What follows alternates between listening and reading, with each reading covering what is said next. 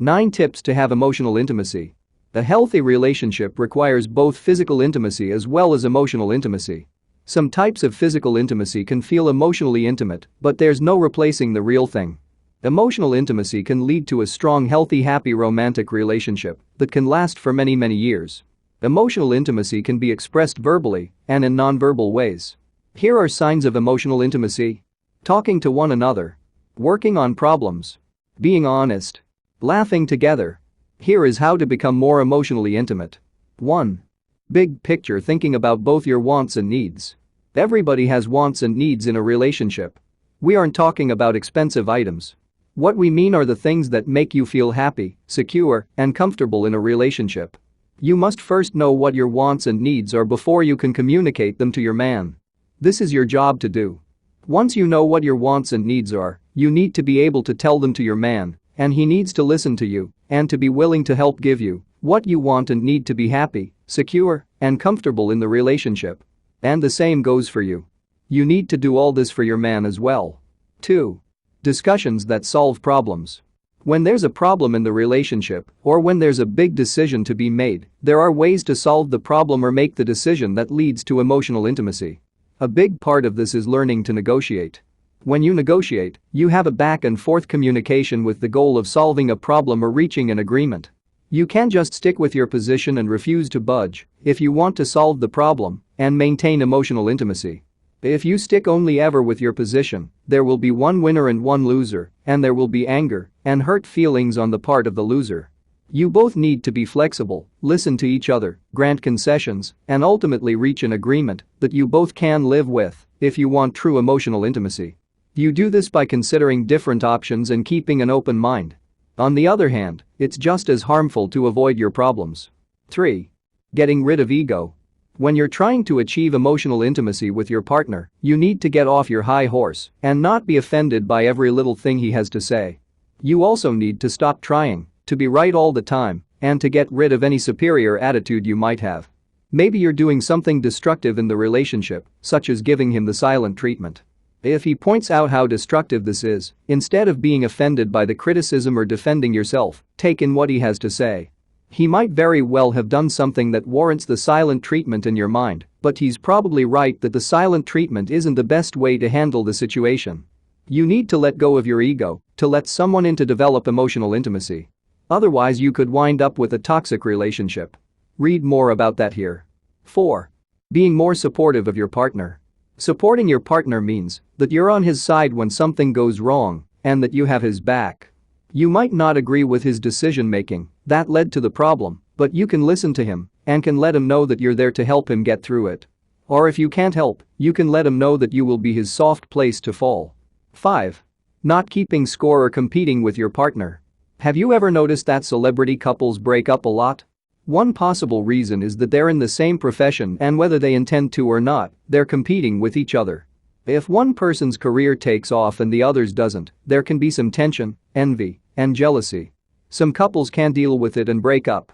The goal for emotional intimacy is to be a team and to go through life together, holding hands so to speak, and take on life as a couple rather than competing. Another problem some couples get into is keeping score, thinking that a relationship should be 50-50, and once they've done enough, they can stop and wait for the other to catch up. That's the wrong mindset. People in strong relationships want to give 100% to the relationship. There's no keeping score. There's just a genuine desire to make the other person happy. Keeping score is just one of several signs of an unhealthy relationship. 6. Being grateful and expressing it.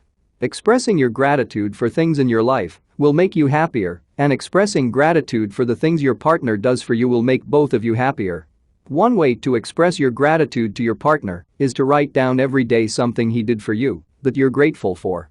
Just doing that can make you happier. And then telling him will lead the way to emotional intimacy. You should also express gratitude to others. It'll probably get back to your partner, but it's not healthy to only discuss your relationship problems with your friends and family.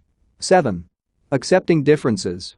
After you've been together for a while, the things you once found cute or charming now start to drive you nuts. Or maybe you never liked certain things about your man at first, but you overlooked them and focused only on the good things. You also knew that if you started criticizing him right away, there might never be a relationship. Many couples then feel free to start the criticisms after they feel secure in a relationship. If you criticize, expect him to do the same with you. This is not the way toward emotional intimacy. It's the way to a power struggle, though. When you wish to be emotionally intimate, you need to practice unconditional love, and that means stopping the criticism in an effort to change him. In fact, making an effort to compliment your man is helpful.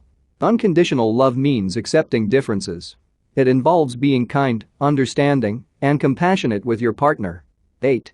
Compromising. Compromise is great if you can achieve it. But often, compromising fails, making it more difficult to be emotionally intimate.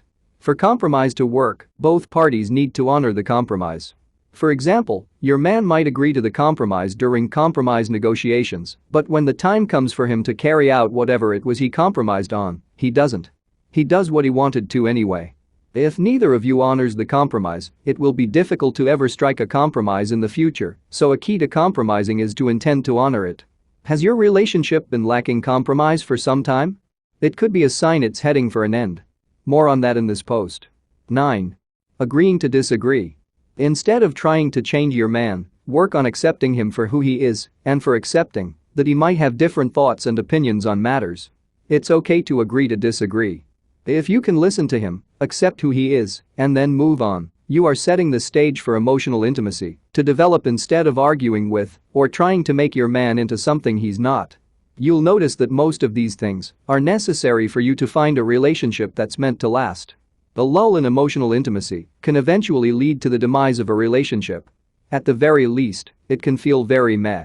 Remaining emotionally intimate strengthens the bond and helps you take on the world together. If you notice that your relationship doesn't have the emotional intimacy that you crave, practicing the methods outlined here should get you on your way to having a fulfilling relationship. If you enjoyed my tips in this video, please consider supporting us on Patreon. Our Patreon page is www.patreon.com/discofith, where you will instantly gain access to over 180 Christian videos and over 400 videos about billionaire biographies and over 140 personal development videos and over 450 verse and quotes images among other goodies. Your financial support will keep us operational and help us create more valuable content for you. Don't forget to subscribe, hit the notification bell, like, share and leave a comment. Thank you, and God bless you. Thanks for watching. Please help us create more content by supporting our Patreon page at www.patreon.com/discofith. You will instantly gain access to over 400 videos about billionaire biographies and over 140 personal development videos and over 180 Christian videos and over 450 verse and quotes images among other goodies. If you enjoyed this video, please leave a comment, like this video, share this video, and subscribe to this channel and hit the notification bell to never miss another video. You can also check out our second channel, Discofith. Link is in the description. Thank you and God bless you.